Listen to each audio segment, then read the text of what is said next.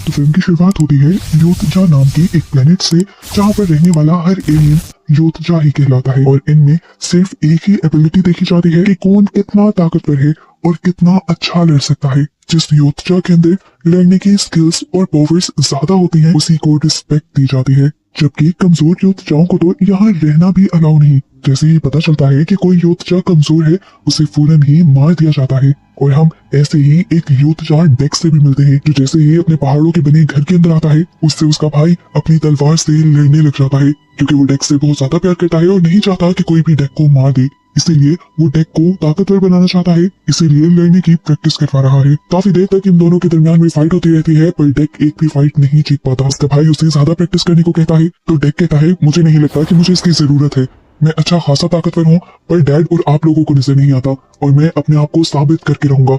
इस पूरे यूनिवर्स में जो सबसे ताकतवर चीज है, मैं जरूर उसका शिकार करके लाऊंगा और अपने डैड का नाम पूरे प्लेनेट पर रोशन करूंगा। उसका भाई बताता है कि पूरे यूनिवर्स में कालिस्टिक नाम का ही एक मॉन्स्टर सबसे ज्यादा ताकतवर है, उसे मारना और पकड़ना बिल्कुल पॉसिबल नहीं है, क्या तुम उसे ले आओगे? डेक फौरन ही ये चैलेंज एक्सेप्ट कर देता है, जबकि उसका भाई उसे कहता भी है कि ये काम हमारे डैड भी नहीं कर पाए थे। इनकी इन्हीं बातों के दौरान यहाँ पर डेक के डैड भी आ जाते हैं, जिनका गुस्सा डेक को देखते ही सातवें आसमान पर पहुंच जाता है, और वो अपने बेटे से कहते हैं कि फौरन इसे मार दो, ये मेरे नाम के साथ सिर्फ एक धब्बा है। डेक उन्हें समझाने की कोशिश करता है, डैड ऐसा नहीं है, एक दिन मैं आपके लिए एक बहुत बड़ा शिकार करके लाऊंगा और आपका नाम रोशन कर दूंगा। डेक के डैड तंजिया नजरों से उसे देखते हैं और कहते हैं, तो उनका गुस्सा और भी ज्यादा बढ़ जाता है डेक की ऐसी बातों से, और वो अपनी लेजर वाली रस्सियों से डेक को बांध देते हैं और दोबारा डेक के भाई से कहते हैं कि डेक को मार दो। डेक के भाई के पास भी कोई दूसरा चारा नहीं था। अपनी डैड की बात मानते हुए वो अपनी लेजर वाली तलवार उठाता है, पर डेक को मारने के बजाय वो डेक की रस्सियां तोड़ देता है। डेक भी बिना सेकंड गवाए अपनी स्पेसशिप के अंदर चला जाता है, और डेक के डैड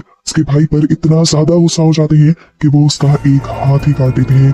दूसरे हाथ से डेक के भाई ने दोबारा डेक की मदद करने की कोशिश की थी। स्पेसशिप का जो रिमोट उनके हाथ में था, उसने अपने रिमोट से डेक की स्पेसशिप को जीना प्लेनेट के लिए लॉन्च कर दिया था, जहाँ पर डेक को काले से एक मॉन्स्टर मिलना था। यानी कहीं ना कहीं उसे भी अपने भाई पर यकीन था। डेक जानता था कि अब उसके भाई के साथ डैड बहुत बुरा करेंगे, लेकिन इतना बुरा उसने एक्सपेक्ट नहीं किया था। डेक के डैड डेक के गुस्से में उसके भाई को मार देते हैं और डेक टूट जाता है। सीन कट होकर अगले सीन में हमें दिखाया जाता है कि डेक जीना प्लेनेट पर पहुंच गया था। प्लेनेट के अंदर आते ही प्रेशर इतना ज्यादा बढ़ जाता है कि उसकी स्पेसशिप के सारे शीशे टूट जाते हैं, और अपने आप को बचाने के लिए डेक एक कैप्सूल में बैठ जाता है और उसकी क्रैश लैंडिंग होती है जीना के जंगलों में। अब डेक क्योंकि योतजा था, उसे लगता था कि इसीलिए वो बहुत ज्यादा ताकतवर है। उनके पास हमेशा से लड़ने के लिए तरह तरह के हथियार भी होते थे, जिसको डेक ने अपने पूरे कपड़ों में छुपाया हुआ था, पर उसने एक्सपेक्ट नहीं किया था कि जीना प्लेनेट उसकी सोचों से भी कहीं ज्यादा खतरनाक है, और यहाँ के पौधे भी मॉन्स्टर हैं।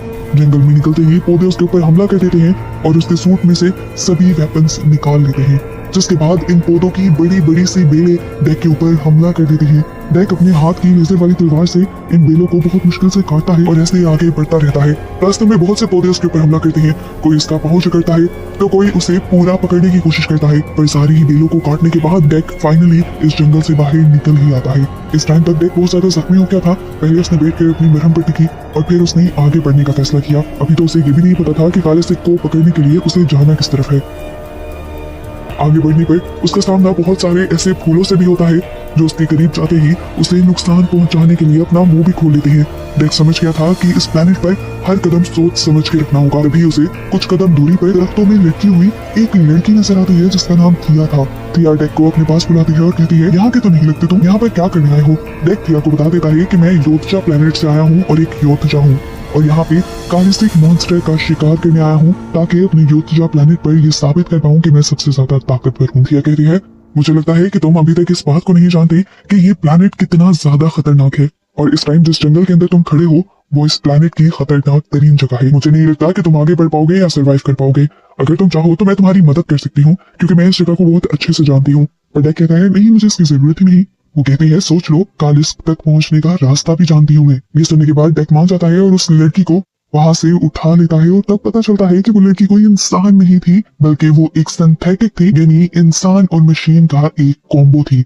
डेक उसे अपने पीछे लटका लेता है और अपना सफर शुरू कर देता है। थिया अभी डेक को अपनी स्टोरी बता ही रही थी कि वो पिछले 2 साल से ही यहाँ पर अटकी हुई है कि तभी अचानक से एक उड़ता हुआ ड्रैगन आकर डेक के ऊपर हमला कर देता है और उसके हमले से डेक बेहोश हो जाता है। थिया अपने हाथों का इस्तेमाल करते हुए उस ड्रैगन को मारकर यहाँ से भगाती है और फिर डेक को होश में लेकर आती है और कहती है, अब मानते हो ना कि तुम मेरे बगैर आगे नहीं चल सकते। डेक ने थिया को अब अपने पीछे लटका लिया था। चलते हुए अब इन्हें एक नदी को पार करना था जिसके अंदर खूनखार मछलियां थी। वो इन्हें खा जाती, लेकिन थिया को इन सारी मछलियों को मेंटली कंट्रोल करना आता था और इसी की वजह से ये लोग इस नदी को भी सेफली पार कर लेते हैं। नदी को पार करके ये लोग थोड़े सेफ जंगल में पहुंचे थे। डेक अपनी आसानी के लिए यहाँ से बेल उतार कर उन बेलों के जरिए थिया को अपने साथ बांध देता है और फिर लंबा सफर तय करने के बाद ये लोग रात को आराम करने का सोचते हैं। थिया अपने बारे में डेक को बताती है कि उन्हें प्लेनेट अर्थ से इंसानों ने यहाँ पर भेजा है इस प्लेनेट की रिसर्च करने के लिए। इनको भी मिशन मिला है कालसिक नाम के मॉन्स्टर का शिकार करने का। वो बताती है कि इंसान बहुत ज्यादा कमजोर होते हैं, उनका यहाँ पर सरवाइव करना मुमकिन नहीं था, तो इंसानों ने हम जैसे सिंथेटिक बनाए, यानी इंसानों और मशीन के जरिए जैसे क्रिएचर को बनाया। मैं अपनी बहन टीसा के साथ यहाँ पर आई थी, पर यहाँ आते ही हमारे स्पेसशिप के ऊपर कालसिक मॉन्स्टर ने हमला कर दिया। उस हमले में मेरी टांगे टूट गई और हम दोनों बहनें दूर हो गई, जिसके बाद से 2 साल हो गए हैं मैं वहीं पर अटकी हुई हूँ। सीन कट होकर अब हमें थिया की बहन टीसा को भी दिखाया जाता है जो इस टाइम अपनी स्पेसशिप के अंदर थी। उसने काफी हद तक अपनी स्पेसशिप को रिपेयर कर लिया था और स्पेसशिप के ही एक चैम्बर में इस टाइम वो बैठी हुई थी जहाँ बहुत सारे रोबोटिक हैंड्स अब टीसा को रिपेयर कर रहे थे। और यहाँ पर हमें ये भी पता चलता है कि टीसा भी फौरन से थिया को ढूंढना चाहती थी, वो उसके लिए काफी परेशान थी। खैर यहाँ पर सुबह भी हो जाती है और दोबारा हम डेक और थिया को देखते हैं जो अब कालसिक के ठिकाने की तरफ बढ़ रहे थे, लेकिन रास्ते में उन्हें खेतों से होकर गुजरना था जहाँ के पौधे बहुत ज्यादा नुकीले थे और इन्हीं खेतों के अंदर बहुत बड़े बड़े से मॉन्स्टर भी थे। थिया डेक को बताती है कि मॉन्स्टर से बचना होगा क्योंकि ये काले सिक के गार्ड्स हैं और वक्त पड़ने पर काले सिक इन्हें अपना शिकार भी बना लेता है। अब ये लोग ये बातें कर ही रहे थे कि यहाँ पर एक छोटा सा क्रिएचर आ गया बंदर की तरह उछल कूद करते हुए। वो डेक से कहता है, अगर तुम चाहो तो मैं ये जगह पार करवाने में तुम्हारी मदद कर सकता हूँ, पर डेक को अब और किसी की मदद नहीं चाहिए थी। ये लोग बात कर ही रहे थे कि एकदम से वो बड़ा सा कालसिक का गार्ड इनके ऊपर हमला करने के लिए आ गया। इससे पहले कि वो इन तीनों को निकलता, वक्त रहते ही डेक अपनी लेजर वाली तलवार से उस मॉन्स्टर के दरमियान से 2 टुकड़े कर देता है। इससे पहले कि ये लोग भागते यहाँ से, एक दूसरा बड़े बड़े टेंटिकल्स वाला मॉन्स्टर इन दोनों को ही अपने टेंटिकल्स में पकड़कर उठा लेता है। इससे पहले कि ये क्रिएचर उन्हें खा जाता, पहले वाला वो बेबी क्रिएचर उस क्रिएचर के टेंटिकल को काटते हुए इन दोनों की जान उससे छुड़वा लेता है और गुस्से में ये क्रिएचर अब उस बेबी क्रिएचर को ही पकड़ लेता है। और इससे पहले कि वो उसे खा जाता, डेक दोबारा बहादुरी दिखाता है और एक बड़ी सी जंप करते हुए एक दरख्त को तोड़ देता है जिस पर उस क्रिएचर ने अपना टेंटिकल फंसाया हुआ था। दरख्त उस क्रिएचर के ऊपर गिरता है और दूसरी तरफ से डेक भी जंप करते हुए आता है और इस क्रिएचर की आंख में हमला करते हुए उसे मार डालता है। और ऐसे फाइनली तीनों की जान बच जाती है और अब यहाँ से ये तीनों एक साथ चलने का फैसला भी कर लेते हैं। दूसरी तरफ हमें टीसा को दिखाया जाता है जो अब अपनी बहन थिया को ढूंढने के लिए जंगलों में निकली थी और वहां पहुंच गई थी जहां पर डेक की क्रैश लैंडिंग हुई थी स्पेसशिप से। वो स्पेसशिप के बारे में सारी इंफॉर्मेशन पता चला लेती है कि ये स्पेसशिप योतजा प्लेनेट से आई है और यहाँ पर एक योतजा भी है। कड़ी से कड़ी मिलाने पर उसे ये भी समझ आ जाता है कि उसकी बहन भी उस योतजा के साथ ही है। सिंकट होकर दूसरी तरफ हम दोबारा इन तीनों को देखते हैं जो रात गुजारने के लिए अब आग जला चुके थे। डेक और उस बेबी क्रिएचर को तो कुछ खाना था, इसलिए वो दोनों अपने अपने लिए शिकार कर लेते हैं। पर थिया बताती है कि मैं एक सिंथेटिक हूँ, इसीलिए मुझे भूख नहीं लगती। इसके बाद थिया डेक से डेक के बारे में पूछती है तो डेक बताता है कि मेरे डैड मुझे मारने वाले थे और मैं अपने आप को साबित करना चाहता था, जिसमें मेरे भाई ने मेरा साथ दिया। उसने मुझे स्पेसशिप में बिठाकर रीना प्लेनेट के लिए लॉन्च तो कर दिया, लेकिन पीछे से मैंने देखा कि मेरे डैड ने मेरे भाई को ही मार दिया था और अब मैं हर हाल में अपने भाई का बदला लेने के लिए उस मॉन्स्टर को पकड़ना चाहता हूँ और अपने डैड को ये साबित करना चाहता हूँ कि मैं और मेरे भाई गलत नहीं थे। दोबारा हम टीसा को देखते हैं जो अभी भी डेक की स्पेसशिप के अंदर थी। वो यहाँ पे डेक के वेपन्स देखती है और उसे सबसे अच्छा वेपन वो लगता है जो किसी भी चीज को बर्फ में बदल सकता था। उस वेपन के साथ साथ वो सभी वेपन्स को अपने साथ ले जाती है। सुबह भी हो जाती है और हमें दिखाया जाता है कि इन लोगों ने दोबारा अपना सफर शुरू कर लिया था। चलते चलते एक ऐसी जगह पर पहुंचे थे जहाँ पर सब कुछ तबाह हुआ था। यह बताती है कि ये हमारी बेस हुआ करती थी जिसे कालसिक और उसके लोगों ने तबाह कर दिया। इसी बेस में थिया को अपनी टांगे भी मिल जाती हैं और वो अपनी टांगों को उठाकर लैब के अंदर चली जाती है उन्हें अपने साथ जोड़ने के लिए। और यहाँ पे वो डेक से माफी मांगती है और कहती है मैं बस अपनी टांगों तक पहुंचना चाहती थी, इसीलिए मैंने तुम्हारा इस्तेमाल किया। मुझे तो खुद कालसिक का नहीं पता और ना ही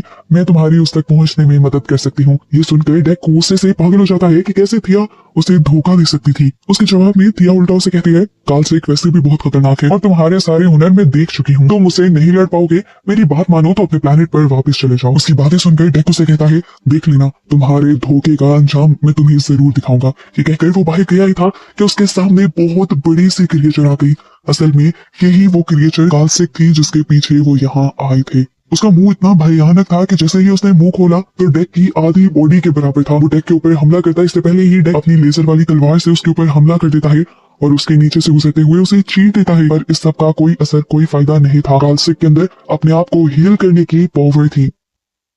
डेक ने जितने भी हमले किए थे, 1 सेकंड से पहले पहले उन सारे हमलों से कालसिक अपने आप को हील कर चुका था। उसे में आकर डेक उसकी दुम को उसके जिस्म से अलग भी कर देता है और फिर जल्दी से आकर उसकी गर्दन पर भी हमला करता है। वो उसके सर को उसके जिस्म से अलग कर देता है, लेकिन कालसिक एक ही वक्त में अपनी दुम और अपने सर को भी दोबारा अपनी बॉडी से जोड़ लेता है। वो इमोर्टल था, मरना तो उसने था ही नहीं। आखिर में डेक जब एक चैन के जरिए कालसिक को पकड़ने की कोशिश करता है तो कालसिक उल्टा उस पर ही हावी हो जाता है। वो उसे मार सकता था, लेकिन बहुत ही अजीब काम हुआ। उसने डेक को सूंघा और छोड़ दिया। डेक भी हैरान था कि आखिर कालसिक ने उसे छोड़ कैसे दिया। टीसा भी हैरान थी कि कैसे कालसिक डेक की जान बख्श सकता है। हालांकि वो इस टाइम उसी के जंगल में था। वो जानती थी कि अब कालसिक उनके ऊपर हमला करने के लिए आएगा, इसीलिए वो डेक के स्पेसशिप से लाए हुए हथियार के जरिए उन लोगों को बर्फ में बदल देती है और ऐसे वो फ्रीज करके इन दोनों को पकड़ लेती है। लैब में लाने के बाद वो कालसिक के साथ साथ डेक के ऊपर भी एक्सपेरिमेंट शुरू कर देती है ताकि वो इनके बारे में और जान पाए। और इस सबकी वजह से वो अपनी ही बहन थिया को साइड पे कर देती है और थिया अपनी बॉडी को जोड़ नहीं पाती। इसी वजह से थिया अब टीसा से भी नाराज थी और डेक तो पहले से ही थिया से नाराज था। वो कहता है तुमने मुझे धोखा दिया और तुम्हारी वजह से आज मैं यहाँ पर फंसा हुआ हूँ। यहाँ पर खुश थी तो सिर्फ थी टीसा, जो कहती है मॉम बहुत ज्यादा खुश हो जाएंगी जब वो जानेंगी कि मैंने तुम दोनों को पकड़ लिया है। वो मॉम उस साइंटिस्ट को कह रही थी जिसने टीसा और थिया को बनाया था। इस टाइम थिया टीसा से कहती है हमारा यहाँ आने का मकसद सिर्फ कालसिक को पकड़ना था। डेक को हमने क्यों पकड़ा है, उसे छोड़ देते हैं, उसने मेरी जान भी बचाई है और वही मुझे यहाँ तक लेकर भी आया है। टीसा इस टाइम थिया की एक बात नहीं सुन रही थी और पूरी तरह से अपने काम में ही मसरूफ थी। डेक के ब्लड सैंपल्स लेने के बाद टीसा उन्हें टेस्ट करने के लिए चली जाती है और यहाँ इन पर नजर रखने के लिए टीसा का रोबोट आ जाता है जिससे थिया अपनी बातों में लगा लेती है और उसके जरिए डेक को आजाद करवा देती है। पता चलता है कि टीसा ने इस स्पेसशिप को लॉन्च भी कर दिया था अर्थ पर जाने के लिए और साथ ही उसने अर्थ पर इन्फॉर्म भी कर दिया था कि वो 2 एलियंस को लेकर आ रही है। पर क्योंकि अब डेक छूट चुका था, वो इसी स्पेसशिप का दरवाजा खोलकर उस पर से जंप कर देता है। डेक फौरन से अपनी स्पेसशिप में आता है अपने वेपन्स लेने के लिए और स्पेसशिप को दोबारा तैयार करने के लिए ताकि वो टीसा का पीछा करके कालसिक को हासिल कर सके। पर इतने में ही टीसा को पता चल जाता है कि डेक भाग चुका है, इसीलिए वो दोबारा उसे पकड़ने के लिए वापस आने का फैसला करती है और इस मरतबा वो अपने रोबोट्स की फौज से कहती है कि अब की बार अगर डेक से कोई हरकत करे तो उसे मार देना। उस मरे हुए को भी अर्थ पर ले जाकर हमें इनाम ही मिलेगा। थिया जो टीसा के इस प्लान में बिल्कुल भी साथ नहीं थी बल्कि वो डेक की जान बचाना चाहती थी, वो यहाँ पर बाकी सिंथेटिक्स और रोबोट्स को रोकने का काम करने लग जाती है। उसकी टांगें फिलहाल जो उसकी बॉडी से अलग थी, लेकिन इस टाइम उसकी माइंड के साथ ही जुड़ी हुई थी, वो भी थिया के लिए काम करती है और उनके अपने ही काफी सारे सिंथेटिक्स और रोबोट को मार देती है, जबकि थिया खुद भी बहुत सारे रोबोट से लड़ रही थी। फाइनली अब बाहर आकर थिया अपने आप को अपनी टांगों से जोड़ भी लेती है और अपनी बॉडी को कंप्लीट भी कर लेती है, जिसके बाद वो अब अपनी बहन टीसा से भी लड़ने के लिए तैयार थी। पर टीसा से लड़ना अब आसान नहीं रहा था क्योंकि टीसा एक बहुत बड़े रोबोट के अंदर आ गई थी। ये रोबोट बहुत ताकतवर था और बहुत ही ज्यादा बड़ा था। टीसा इसके अंदर बैठकर इस रोबोट को कंट्रोल कर रही थी। इधर दिखाया जाता है कि डेक को दोबारा वो बेबी क्रिएचर मिला था जो डेक को बताता है कि वो भी कालसिक ही है और बड़े मॉन्स्टर का बेटा है और वो भी अपनी मॉम को ही ढूंढना चाहता है।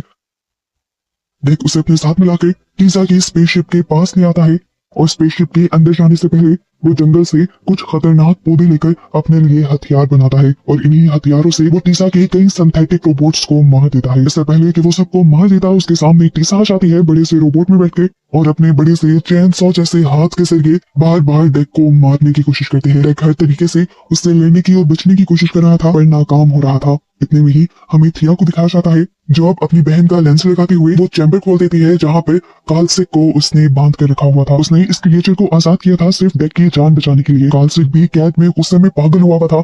आते ही वो इस रोबोट पर एक ही वार करता है और ये रोबोट बहुत ज्यादा डैमेज हो जाता है और फिर इस रोबोट का ऊपर वाला चैम्बर तोड़ते हुए वो टीसा को भी निकाल कर निकल लेता है। फाइनली इनको लग रहा था कि इन्होंने ये लड़ाई जीत ली। ये लोग सुखता सांस लेते हैं और डेक कालसिक के बेटे को उसके पास लेकर आता है, जिससे मिलकर कालसिक बहुत ज्यादा खुश हो जाता है और यहाँ पर हमें रिवील होता है कि कालसिक ने डेक को इसीलिए नहीं मारा था क्योंकि उसे डेक की बॉडी से अपने बेटे की खुशबू आ रही थी और वो काफी अरसे से अपने बेटे को ढूंढ रहा था। डेक भी कालसिक के मुंह पर प्यार करता है और कालसिक अब थिया से भी मिलता है, वो भी बहुत ज्यादा प्यार से। और हमें पता चलता है कि कालसिक बहुत ज्यादा ताकतवर होने के साथ साथ रहम दिल भी है। अब इनका मिलना मिलाना चल ही रहा था कि एकदम से कालसिक फ्रीज हो गया और ये किया था टीसा ने, जो कालसिक की बॉडी के अंदर अभी भी जिंदा थी और उसके पास सबको फ्रीज करने वाला डेक का वेपन भी था।